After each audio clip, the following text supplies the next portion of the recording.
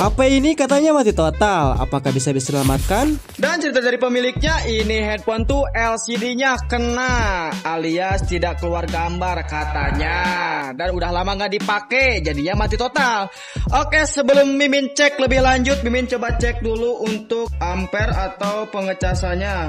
Bisa teman-teman lihat ampernya 0, tidak masuk sama sekali. Mimin coba gerak-gerakan.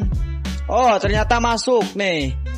Oh, ternyata LCD-nya tidak kena ya guys. Nah, bisa teman-teman lihat untuk pengecasannya dia tidak normal ya, alias dari konektornya juga bermasalah. Dan HP-nya restart. Nah, harus digoyang-goyang ke bawah seperti ini baru pengecasannya bisa masuk ya.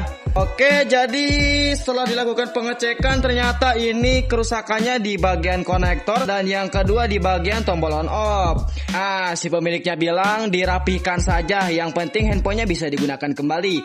Bukan masalah harga handphonenya, akan tetapi data-data penting yang ada di dalam handphonenya. Nah, untuk di seri seperti ini atau di seri terbaru, jika LCD-nya masih mulus seperti ini, teman-teman bisa melakukan penggantian di bagian touchscreen atau glass-nya saja. Oke, daripada penasaran, langsung saja kita sikat. Oke, pertama-tama Mimin coba lepaskan dulu di bagian SIM tray-nya. Lepaskan backdoor-nya dan ini dia kondisi dalam Oppo A1K. Oke, langsung saja Mimin lepaskan baut penutup mesinnya. Oke, ini dia setelah semua bautnya terlepas, langsung saja Mimin lepaskan bagian penutup mesinnya. Dan bisa teman-teman lihat di bagian tombol on off-nya kotor seperti ini. Oke, langsung saja Mimin coba lakukan pergantian di bagian tombol on off-nya. Oke, ini dia proses pergantian untuk fleksibel on off-nya atau pentiannya aja sih. Oke, Mimin coba pasangkan kembali untuk tombol on off-nya, apakah masih bermasalah atau tidak. Langsung saja Mimin coba bongkar di bagian konektornya. Oke, setelah semua bautnya terlepas, langsung saja Mimin lepaskan bagian buzzer atau penutup PCB charge-nya. Langsung saja Mimin ganti di bagian konektornya. Oke, sekarang bisa mengisi daya dengan normal.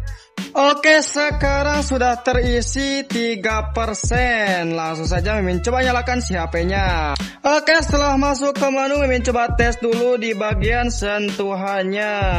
Dan bisa teman-teman lihat di bagian atasnya tidak bisa disentuh, akan tetapi di bagian bawahnya normal seperti ini. Langsung saja kita eksekusi untuk proses penggantian kaca atau touchscreen-nya. Melepaskan bagian soket baterainya dan juga baterainya. Oke, setelah baterainya terlepas, Mimin lepaskan bagian LCD-nya. Nah, dan ini dia penampakan LCD-nya. Oke, langsung saja kita ke proses pergantian touchscreen-nya. Mimin tambahkan plester karena supaya pecahan touchscreen-nya tidak kemana-mana. Oke, ini dia setelah proses pemisahan LCD dan touchscreen-nya selesai, langsung saja Mimin bersihkan lem-lem di bagian LCD-nya. Oke, setelah dirasa LCD-nya bersih, langsung saja Mimin pasangkan si touchscreen yang barunya. Oke, ini dia setelah dirasa cukup, ini masih ada sisa-sisa gelembungnya. Oke, ini dia setelah proses penghapusan bubble-nya selesai. Setelah masuk ke tampilan menu, langsung saja Mimin coba tes di bagian sentuhannya. Oke, sekarang untuk sentuhannya normal ya, bisa teman-teman lihat. Sekarang di area atasnya sudah bisa. Nah, coba tarik. Nah, sekarang sudah bisa. Oke, setelah dirasa sentuhannya normal, langsung saja Mimin matikan kembali si handphonenya untuk Mimin lem ulang si LCD-nya ke handphonenya. Oke, ini dia setelah proses perakitan selesai. Sekarang untuk tombol on off-nya sudah kembali dengan normal, bisa teman-teman lihat. Dan untuk pengecasannya juga normal, bisa teman-teman lihat. Sekarang ampernya menunjukkan 1,4 ampere sampai 1,5 ampere. Untuk pengisiannya sudah normal ya. Oke. Dan buat teman-teman semua, ketika gadget Anda rusak, ingat Klinik Servis. Klinik Servis, jaminan kesehatan gadget Anda.